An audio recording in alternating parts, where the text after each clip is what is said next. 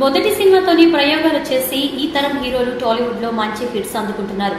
అంతేకాకుండా ఒకే విధానంతో వెళ్లకుండా వినూత్న కథలను ఎంచుకుంటూ సినీ కెరియర్ ను చక్కగా ప్లాన్ చేసుకుంటున్నారు.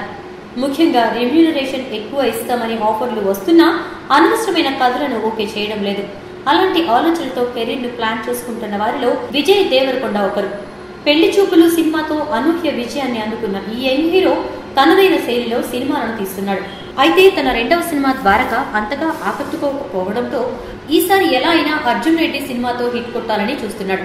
ఇప్పటికే ట్రైలర్ తో ఆకట్టుకున్న ఈ చిత్రం ప్రేక్షకుల్లో అంచనాలను బాగా రేపింది. ఈ చిత్రం హీరో సినిమా ప్రమోషన్స్ లో ఈ మధ్య తెగ ఆకట్టుకుంటున్నాడు. విజయ్ ఇంతకు ముందు కూడా ఎక్కడ స్పీచ్ ఇచ్చినా అది సోషల్ మీడియాలో చాలా పాపులర్ అయ్యేది. అయితే రీసెంట్ గా ఆయన ఇచ్చిన ఓ సోషల్ మీడియా ఇంటర్వ్యూ మాత్రం కాస్త నెగిటివ్ గా మారింది. ఎందుకంటే విజయ్ ఆ ఇంటర్వ్యూలో రాయడానికి కూడా వీరులేని కొన్ని అసభ్యకర పదాలను వాడాడు. ఇంగ్లీష్ లో ఉన్న ఆ బూతులు ఇప్పుడు టాలీవుడ్ లో హాట్ టాపిక్ గా మారింది. సోషల్ మీడియాలో కూడా పలు రకాల నెగిటివ్ కామెంట్స్ వినిపిస్తున్నాయి.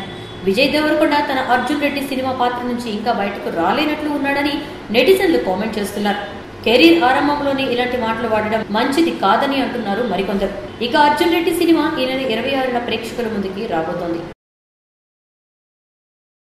ఈ వీడియోపై మీ విలువైన కామెంట్స్ ని మాతో షేర్ చేసుకోండి. అండ్ ఇంకో విషయం, సబ్స్క్రైబ్ చేయడం మర్చిపోకండి.